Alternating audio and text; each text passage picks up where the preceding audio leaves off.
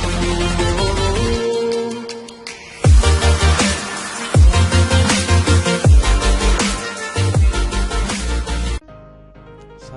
warahmatullahi wabarakatuh. Ketemu lagi pada podcast Kendali Motor Listrik dengan PLC. Dengan di sini Adi Kurniawan dan ini adalah episode ke-6 kita. Pada episode ke-6 kita akan membahas tentang rangkaian kontrol interlock. Dapat dilihat pada job ketiga teman-teman. Nah, di situ ada gambar rangkaian yang menunjukkan rangkaian kontrol dari interlock. Bisa dilihat di sini ya. Nah, di sini gambar rangkaian ada di sini. Pada poin ke-7 rangkaian kontrolnya modelnya seperti ini. Nah, seperti janji saya pada episode sebelumnya, di sini kita akan menggunakan dua buah kontaktor. Kontaktor pertama dan kontaktor kedua. Di sini kita menggunakan dua buah input. Maksudnya dua buah input on, ada on 1 dan on 2 itu ya. Jadi hari ini kita akan mentransfer rangkaian ini ke dalam ladder diagram dari PLC Zilio. Sebelum kita masuk ke merangkai rangkaian ini ke dalam ladder diagram, pertama saya akan sedikit menjelaskan tentang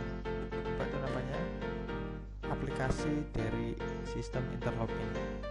Sistem interlock ini bisa diaplikasikan salah satunya di lift dan atau aplikasi yang lain yang lebih sederhana, yaitu di tombol pada kuis cerdas cermat atau mungkin kuis olimpiade matematika atau kuis apa yang mana kita diharuskan untuk berlomba siapa yang lebih cepat menekan tombol, maka dia yang menjawab duluan ya. Oke, lanjut.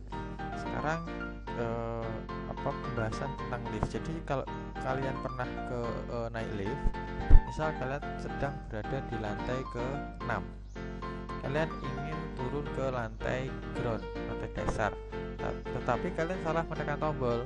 Kalian menekan tombol 3, kemudian baru menekan tombol ground.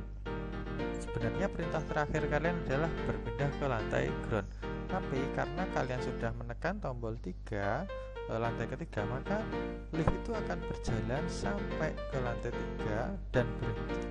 Maka lift akan berjalan sampai ke lantai 3, kemudian dia berhenti, membuka pintunya. Meskipun kalian tidak keluar, lift akan tetap berhenti dan membuka pintu. Kemudian dia akan turun sampai ke lantai ground. Atau mungkin kalian pernah melihat nggak pas ingin naik lift, kalian mau masuk lift itu menunjukkan bahwa lift sedang naik ke atas ke lantai, misal lantai 7, kalian di lantai 1. Meskipun kalian menekan liftnya itu lift berkali-kali, maka tidak serta-merta liftnya akan segera turun. Lift akan menyelesaikan perintah orang-orang yang ada di dalamnya dulu. Mungkin lift akan masih harus naik ke lantai 8, maka lift akan naik ke lantai 8 dulu sebelum turun menuju lantai 1 tempat kalian ingin membuka lift. Itu ya. Jadi akan menyelesaikan perintah yang pertama sebelum melanjutkan perintah yang kedua. Kurang lebihnya seperti itu. Kalau pada kuis cerdas cermat, misalnya gini, kita dituntut untuk berlomba untuk siapa yang cepat menekan tombol. Misal ada orang A dan orang B, ada sebuah pertanyaan. Si orang A itu lebih cepat menekan tombol 0,03 detik daripada B. Maka ketika tombol A atau bel dari orang A ini menyala, maka bel dari B tidak akan bisa menyala. Kenapa? Karena perintah yang diberikan masih berada di A, atau dalam kata lain perintah membunyikan bel itu masih berada di A.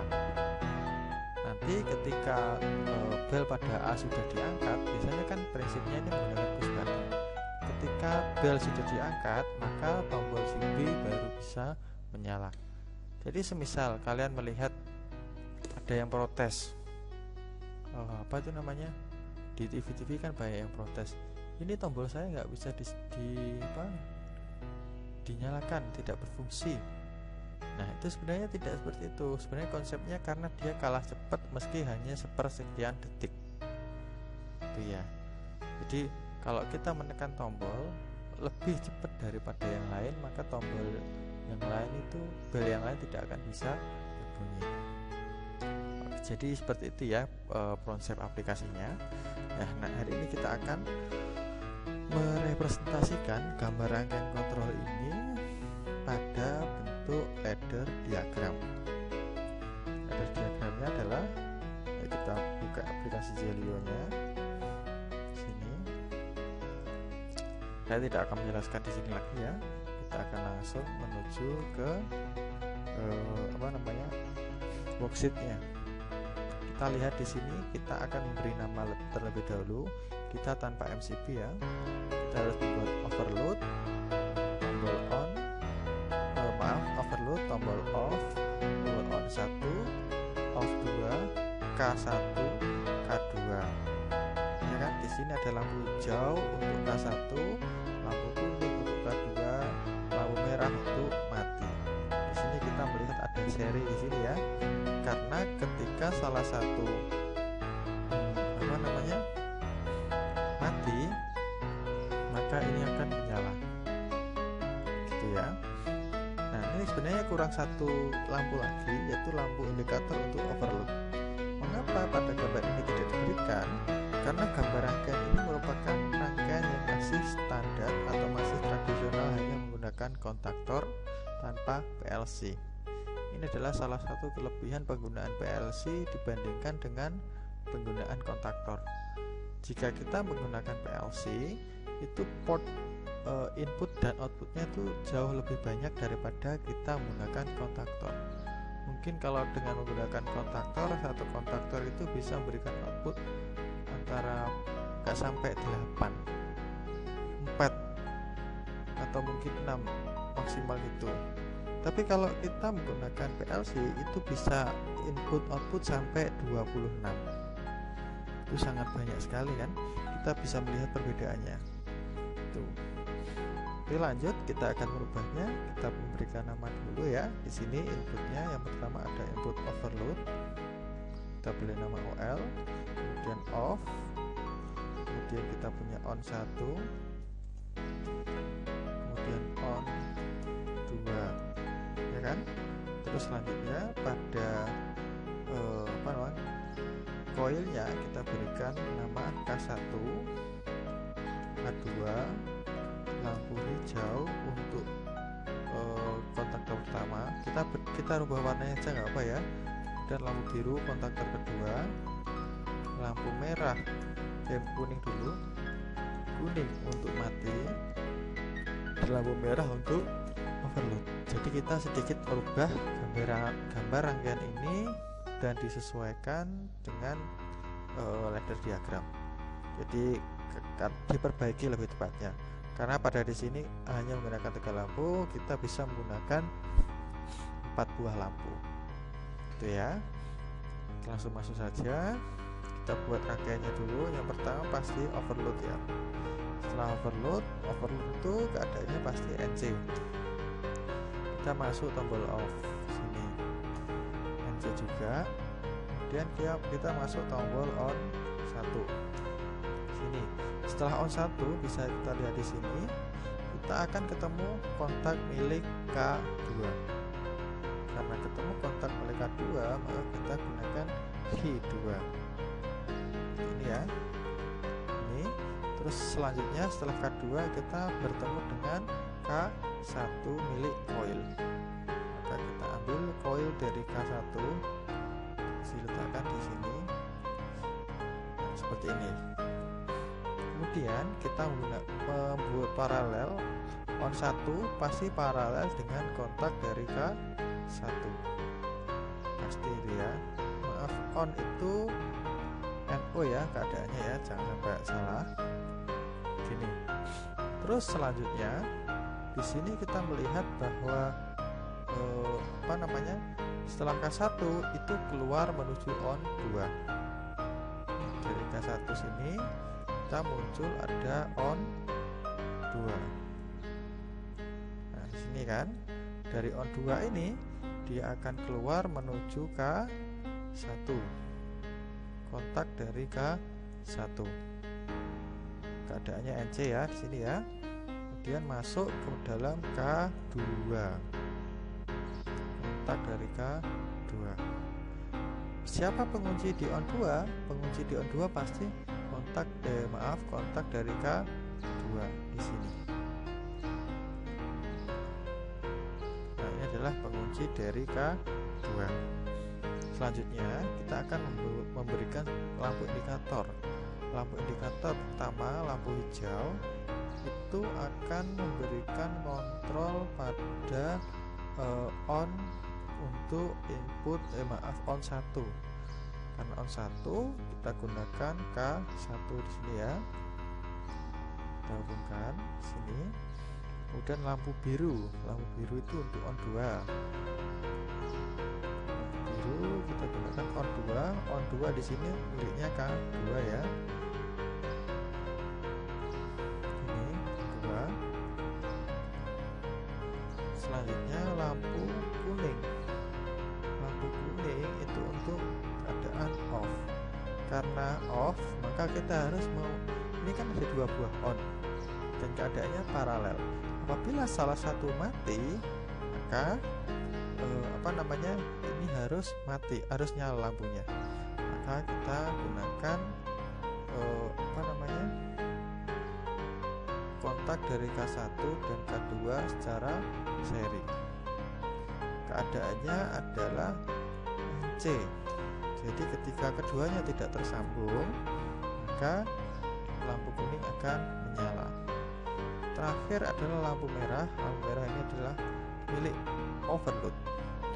Overload kita lihat di sini, overload menggunakan I1, maka kita ambil kontak dari I1 di sini ya. Maaf. Ini kita ambil I1 ya.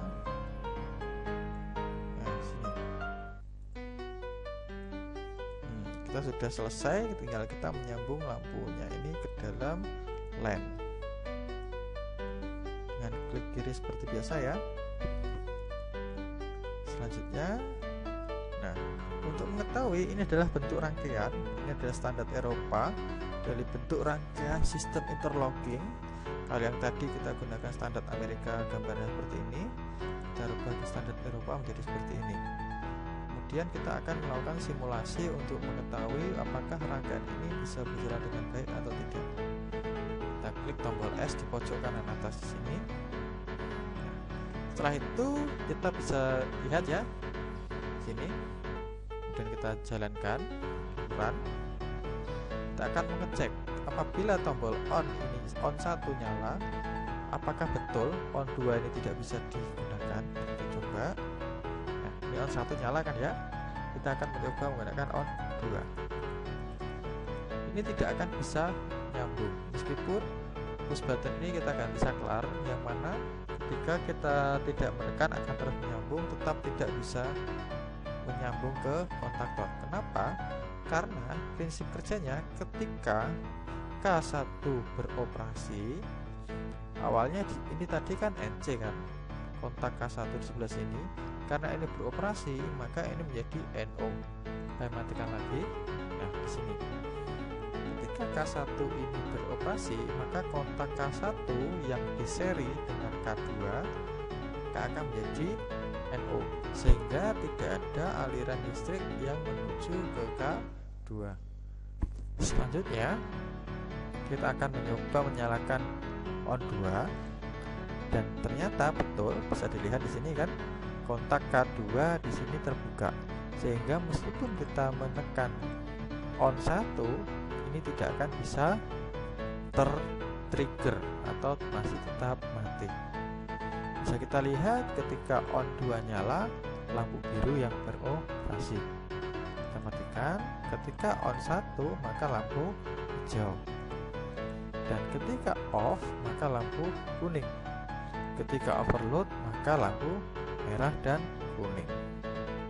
Ya, jadi seperti ini ya prinsip bentuk ladder diagram dari rangkaian kendali motor kontrol sistem interlocking. Nah, di sini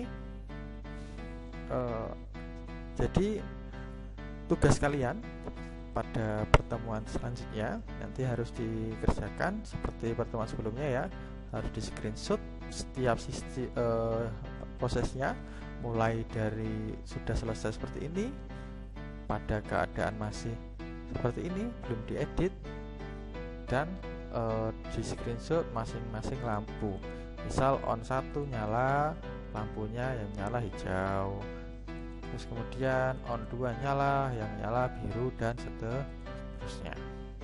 Oke, ini adalah episode ke-6 kita tentang sistem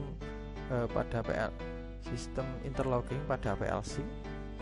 Dengan di sini Adi Kurniawan, kita bertemu pada episode selanjutnya. Assalamualaikum warahmatullahi wabarakatuh.